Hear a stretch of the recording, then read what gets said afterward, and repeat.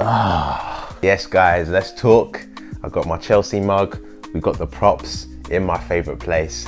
Let's do it. 90% of people that I've spoken to, and I include myself in this, has cut carbs at some point in the past, because in some way, shape or form, carbs have been demonized. If you've watched the video of my journey, you saw that I did that. I cut carbs completely and I crashed, right? It worked until it didn't. And the long and short of it is because cutting carbs was never the solution or never the thing to do. But understanding what carbs to eat, how to eat them, when to eat it, and how much to eat was the solution. And today I'm gonna go through all of that.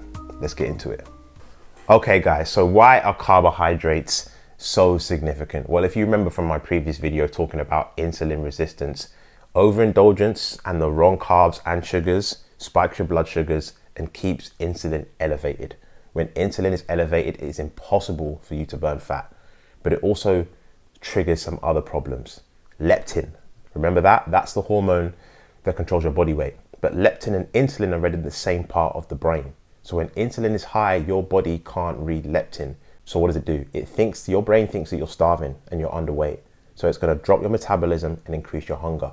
So you're going through that rabbit hole of trying to control your weight and eat less, all the while you're starving to death. Train wreck. But also insulin resistance, guys, is a key driver in PCOS, PMOS, irregular cycles, hormonal imbalance, right? Excess insulin triggers the ovaries to release testosterone and male hormones like androgens, which also leads to that PCOS loop, okay? So if you're a woman and you're suspecting hormonal balance, and if you're a man as well, who's trying to control your weight and you suspecting insulin resistance, carbs and sugars are the food group that you need to pay attention to the most. You know what, guys, carbs are that one food group that I think a lot of us have had a love-hate relationship over the years, especially if you've battled with your weight, you know. Carbs are enjoyable, let's just say it straight. They're a staple in so many of our traditional foods, African cuisine, Caribbean cuisine, all around the world, here in the West. A life without carbs is the life that none of us want to live, and we don't have to live, right? Carbs, they have a role in our diet. The right ones are packed with nutrients, vitamins, energy, a meaningful place in a well-balanced diet.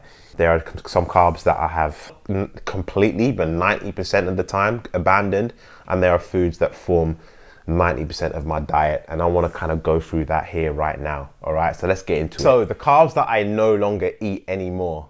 White bread, goodness me. Oh my gosh, man. Like I literally remember like yesterday, I was like, Mom, do you remember when we used to have this all the time? Like packed lunches, burgers, sandwiches, but whatever it may be, white bread. Do you know what? I include 50-50 in this as well. I include brown bread as well in this too. Whole grain is better, like it does have more fiber. But generally speaking, white bread is an absolute no-go for me now. One of the biggest contributors to me feeling like bloated. And it's more so the wheat, guys. Inflammation food right there, you know, causes a lot of problems. A lot of allergies are responsible because of wheat and gluten. And when I say never, like I said, guys, 90% of the time, like if I'm out with the missus on a flex day and I'm having a burger or whatever, I'll have a burger. Do you know what I mean? But generally speaking, this is not a mainstay in my diet. Same thing with white pasta, okay? Again, it's the wheat and it's the gluten, right? I found for me, I break out my gut. I really get bloated. And my clients feel the same way as well. And these are generally food groups. When it comes to white bread, white pasta, we tend to cut out. And these are like inflammation flaggers right here. Wheat belly is a thing, the gluten. We just tend to overeat these foods. But when they are limited and when they are put in their place, good things happen with our health. So white pasta, white bread is something that I don't have anymore. White rice is something that does stay in my diet, although it's not like ultra processed. It's more so like on the processed like boundary. But I'm gonna get into white rice in a little while. One that might surprise you is oats, guys. Organic porridge oats. I used to eat oats quite a lot, and I've done a lot of research on oats, to be honest with you. And for the most part, if you're looking to lose weight, I would really limit this. There are a lot better options to have as well. They spray a lot of like chemicals on the oats. The oats registers in the body as sugar, and a lot of us overdo it. A lot of us are going on a health kick and we're trying to lose weight, and first thing in the morning, we go and spike our blood sugars with oats, right? And we don't balance it enough with enough protein, fats, and so we're just spiking our blood sugars. And what's even worse is we're doing that and then we're going to go sit down in an office. We're not even working it off. So the body is just telling you to store, right? I would understand if you're eating oats in the morning and you go and work out. Okay, that's a bit better because at least you're going to be using that energy. But for most of us, we do not need to be having oats first thing in the morning. Wrong thing to do. And there are better alternatives that we're going to get into as well. If you do have oats, organic steel cut oats, the better option. But for me personally, I always found that I was just bloated. My stomach just didn't react well to oats. And it still doesn't to this day. So I rarely, if ever, I can't remember the last time I had oats, guys, if I'm going to be honest with you. Bro, if you're Ghanaian, you know what this is, man. Gari, cassava. I've actually got a cassava here as well, here, because people in my house still do eat cassava. It does have health benefits, I'm not going to lie to you, but if you are trying to lose weight and you're trying to control your insulin as well, cassava is quite high on the GI. The speed at which the sugar is released into the blood is quite fast, which means insulin is going to be elevated. It all comes down to that insulin thing. Gari, cassava is used everywhere in West Africa. You know, I think even in the Caribbean too. So many different dishes are made with cassava, fufu. This food was something that I used to eat a lot, and I'd always feel bloated whenever I had my gari, and I wouldn't know, I'd understand why. Then I understood that it's a high GI carb, and there are a lot better carbs that we can use to slow that digestion down so that our gut can handle it better, basically. So this is something that I rarely have anymore, although it used to be so sweet, and it still is. I might have it occasionally, but I can't remember the last time that I have gari or I have cassava, to be honest with you. Well, guys, just the snacks and the cookies, you know, the crisps, the biscuits, all the ultra processed stuff that I talked about in my previous video. You can't get away with eating these things willy-nilly, snacking throughout the day, having them whenever you want, having them late at night because you want to munch on something. These are things that have to be really, really, really rationed.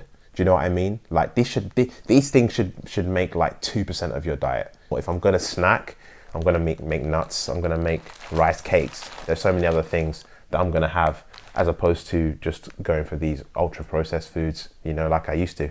Cereal, any kind of cereal you think of. Now I don't need to go through the ingredients, but even looking at it is scary, guys. It's just sugar, flavorings, colorings, all that kind of stuff. You shouldn't be feeding your children this. You shouldn't be eating this as a staple in your diet. A lot of you, I know, like I used to just casually in the evening have a bowl of cereal. I know it hits, I know it slaps, but it's doing its damage. Insulin, bang. Blood sugars, bang. You're just storing. You're just fueling those PCOS, those PMOS symptoms. You're fueling more cravings, you're fueling gut issues, all of these things, fueling inflammation. All right, guys, this should be every once in a while, every blue moon. There are so much better alternatives to cereal that you can have. I used to have this so much growing up, it was a joke. Shreddies, Frosties, cornflakes, you know what I mean, Crunchy Nut, you name it, right? Cocoa Pops, oh my God. The list is endless, but these are not part of my diet anymore, guys, you know. The Bible says that, you know, when we were a kid, we thought as a kid, but now we're grown up, we should think as grown-ups, right? Something along those lines. When I think about this, I think about a child. I think about being a child and eating all these foods, but as an adult, we should ration ourselves. We should eat the way intentionally, basically. Another thing as well, guys, is sugar. White sugar, brown sugar. They're all processed, guys. They're all processed, and they all just cause so much damage in the head, in the body, inflammation galore. I don't have this anymore. I don't consciously anyway. You're not gonna catch me pouring this into my tea, pouring this in my cereal, whatever it may be. Best believe I'm gonna go for healthier options, which I'm gonna talk about right now. The root vegetables, you know, sweet potatoes, plantains, especially green plantain as well, guys, yams. These are the kind of foods that I eat usually as well. I just find that, you know, I like them because they also remind me of my cultural foods. I feel like my biology just reacts to them very, very well. I react to these a lot better than grains as well, personally. But also as well, guys, these are the foods that are very, very high in fiber. So like I said in my previous video, these are the foods that pass through the gut slowly, that allow proper digestion, that allow GLP-1 to be released so that you're actually satiated, as opposed to the white pasta and even white rice to a degree, but the white pasta, the white bread, all that kind of stuff. These foods are high in fiber and high in nutrients. It's what you need to actually feel satiated. especially women. You know, sweet potato is your best friend, especially in the luteal phase of your cycle. Progesterone, that hormone there, remember that video that I talked about cycle, eating and fasting? This is progesterone's best friend. Progesterone needs and wants higher glucose in the body, but from healthy sources. And progesterone is responsible for a healthy lining of the uterine line, right? So to boost progesterone and give her what it needs so that you can have a smooth cycle and alleviate PMS symptoms and stuff like that, you want foods like sweet potato, comfort foods like plantain, yams. I know a lot of my Ghanaians, you love yams. Yams are good. They lower GI, so they are good. I definitely prefer you having yam to cassava. Plantain, like ripe plantain is higher than green plantain on the GI, on the glycemic index. Plantain, guys, is like my best friend. I'm never gonna stop eating plantain, I just won't. But I just make sure that I portion control. If I'm gonna have a plantain, I'll probably just have one. And I sometimes even just have half, but I'm gonna probably have one plantain. And I'm gonna make sure the portion control is there. I'm having enough protein, enough fat, enough fiber, all right, to slow down that sugar in the blood so that, you know, I can actually digest it properly and slowly. Green plantain is a very, very, very good alternative for fufu and for banku. You can have that instead of cassava and even maize as well. Maize isn't so bad, but fufu is great. Millet is also great as well for fufu, as well for porridge. You know what, let's get into millet right now. I've got some millet here. In the Gambia, we call this rui, okay? Millet porridge, but I know that it's all over the continent. You know, they also do it like fermented drinks as well with millet as well. Millet is extremely fibrous, extremely good for the gut, lower GI, very, very good for insulin resistance, for weight loss, PMOS, all that kind of stuff, okay? So if you're gonna have a porridge, we make this into a porridge in Gambia. We make it with water, put some milk in there. We do add a lot of sugar, I can't lie. So replacing it with healthy sugars is what you wanna do. And maybe also adding some protein to it, some nuts, maybe some yogurt as well, which we do in Gambia, just to balance it out so it's not just straight carbohydrates. Because even too much of these guys is a problem. But this is a great alternative. So when I have porridge, I have millet, I have rui, I don't have oats anymore, okay? You can also have quinoa porridge, barley porridge, right? These are all good alternatives to porridge as well, guys. So white rice, like I said, is technically processed, like most rice is, and a lot of the fiber has been removed from it. Having said that, in West Africa, to say to stop eating rice is just another thing. There's no way we're gonna stop eating white rice, but we can do some things to improve, right? And I may go into a whole another video on this. Basmati is a lower GI version of rice, so it's lower in sugar, which helps. If I'm doing white rice, I will usually go for basmati. Again, guys, the portion control. I'm not loading my plate with rice anymore, just spiking my blood sugars and insulin. No, I'm keeping it to a quarter of the plate, half to 1 cup maximum, and then I've got my protein, my fibers, my vegetables, all in the plate. You know, a little bit of sauerkraut as well. So it's a balanced plate. You know what I mean, guys? But another thing is, I keep this to like, if I'm gonna have it once, twice max in a week. I'm not overdoing it. This is called ofada rice. The Nigerians call it ofada rice, but basically it's locally grown, unrefined, unpolished rice.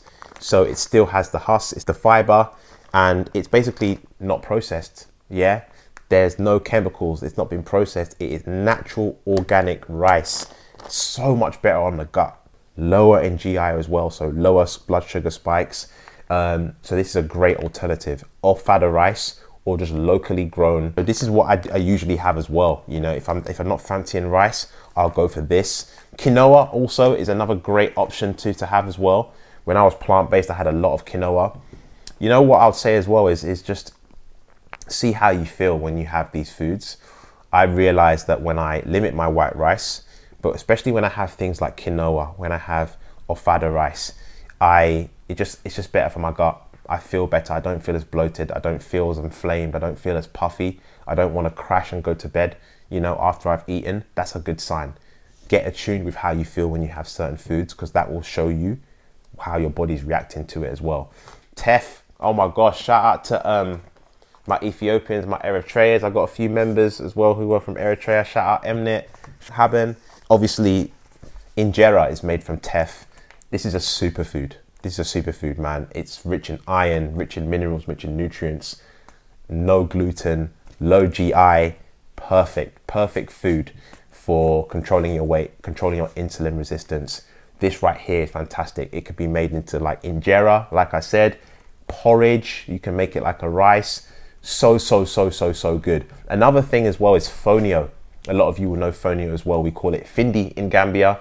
We eat that with a dish called domoda, which is like a groundnut stew. That's another protein-rich food, iron-rich food. Again, these are like superfoods, super grains that our ancestors used to use that don't come with the gluten, the wheat, the intolerances and the inflammation that a lot of these other carbs that we've been introduced to, they come with. These are the foods that I believe, I'm getting quite passionate about it because I believe we need to go back to these grains because there's a reason why our ancestors ate these powerful grains, you know. This is also millet kus. Can be made into rice, can be made into porridge.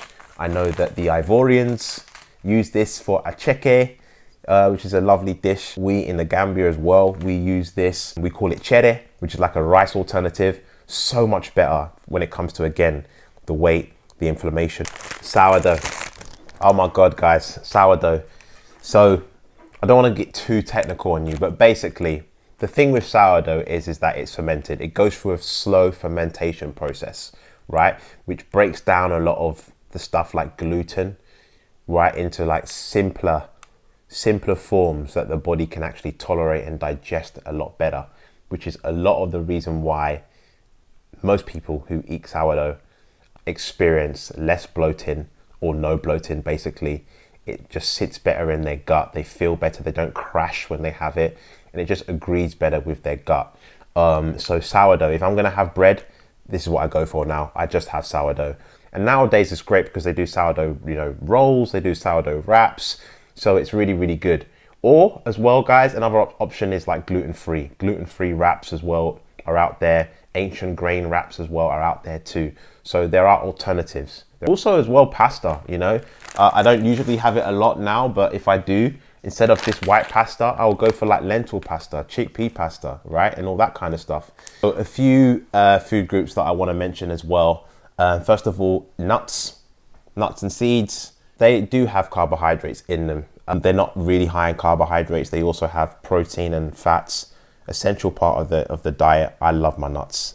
These two here specifically, I love my roasted cashews.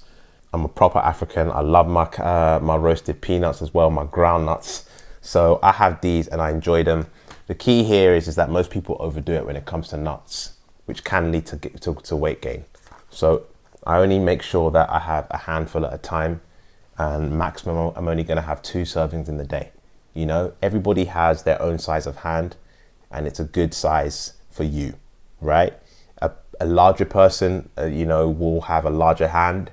Don't overdo it, guys. Take a handful of your nuts, and there's all sorts of nuts that you can have: cashews, pecans, walnuts, Brazil nuts, all that kind of stuff. Even seeds as well. They all form a healthy part of the diet. So nuts and seeds are something that I always eat too. Another thing too are vegetables.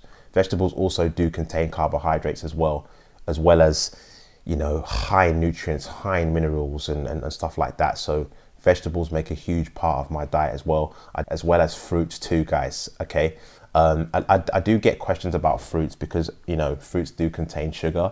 So a lot of people maybe are scared of eating fruits. You don't have to be scared of eating fruits, guys. You know, for me, it's all about timing and understanding what fruits have high sugar and what fruits have lower sugar. If you really are suspecting insulin resistance, right, and you're really trying to control your weight, then I would avoid the fruits high in sugar and go for fruits lower in sugar. And these are typically like your berries, you know, cherries, pears, apples, stuff like that. You know, these foods are lower in sugar, so they're not going to spike your blood sugars as much, right? But if you're looking at stuff like mangoes, pineapples, and all those foods that are kind of tropical, they're going to spike your blood sugars more. I still do eat those foods, but I pick and choose when I'm going to have them, and they don't make such a huge part of my diet. I actually tend to have those more when I'm back home in Africa, to be honest with you. But most of the time, I'm going to have my berries and stick to that because I'm just trying to control my blood sugars a lot more. So yeah, that's what I have in terms of fruits. And then come the sweeteners, guys. I tend to have coconut sugar, unrefined natural coconut sugar, sometimes date sugar as well, natural raw honey, okay? For my Asian community, jaggery, I tend to have jaggery as well, unrefined sugar cane. Yeah, so it's pure sugar cane. So white sugar, it's like a crystallized version of sugar cane that's just causing so much damage out here. It's a joke. So I don't have this, I don't have brown sugar. I don't go for any kind of sweeteners or any kind of that stuff. Stay away from that, guys. The one thing to add, like when it comes to these sugars, like for example, they have like the minerals and the trace minerals that we need to support a healthy diet. You know, something like raw honey, for example, it's actually anti-inflammatory. A lot of trace minerals and enzymes that we need, low glycemic when it comes to compared to sugar. The same goes for coconut sugar as well, and jaggery. You know what I mean? Jaggery is quite high in magnesium, potassium, and other trace minerals as well. So, and again, they're all low GI, low glycemic, low in sugar compared to this crystallized version right here. Okay, so when it comes to supporting an anti-inflammatory diet, controlling your insulin levels, and actually providing the minerals that you need, these are the guys that you want to go for. Raw honey, coconut sugar, date sugar, jaggery, and stuff like that, guys. All right, so that's basically it, guys. You know, I want to conclude with 4 things that you can take away from this video when it comes to carbohydrates and implementing them properly that I follow. Okay, now the first is I don't have them in the morning. All right, that whole thing of having breakfast, a porridge, bread for breakfast and all that kind of stuff, you fasted all night, your insulin has come low, and then you're spiking your insulin with all these carbohydrates and you're not even going to work it off. The wrong thing to do. So I make sure the first half of my day is like my fat burning window. So if I'm going to eat anything, it may be around lunchtime if I'm not doing OMAD. And those are going to be foods like protein, like fats, nuts and seeds and stuff like that, because those foods are going to stabilize my insulin and not spike it as much. And it's going to still aid my body to be in the fat burning mode, right? The carbs are going to be in the later part of the day, towards the dinner. And I would recommend you do that if you're really trying to control insulin resistance and stubborn weight gain, hormonal imbalance, PMOS and all that kind of stuff. Take your carbs towards the later part of the day and then make sure you're going for these good options as well. The second thing is the portion control. A good kind of template that I use with my members and my clients: a fist size of rice, a fist size of plantain, a fist size of carbs on your plate. All right, stop overdoing it. Gone are the days of just having bread alone. A whole heap of rice, filling your plate with rice, minimal protein, minimal veggies and fiber. No, stop that. Portion control. When it comes to your grains, a half to a 1 cup maximum. Portion your plate properly with proteins, with vegetables. Half your plate should be greens and all vegetables. A palm size should be protein. And you can see that is more than carbs. If your carbs are more than your protein, if you've got more rice than chicken, there's a problem there. It should be the other way around. And that leads me to food pairing. Making sure that your plate is packed. That is how you're going to feel full. The reason why you eat a whole load of plate or you just have bread alone and then you're hungry 45 minutes later is because you just spiked your blood sugars with sugar, with carbohydrates, and you've now crashed. But if you portion that properly and pair it with protein, with fiber, it's going to slow down the gastric emptying. It's going to slow down the rate at which the sugar goes to the blood, right? It's going to give time for GLP-1 to release.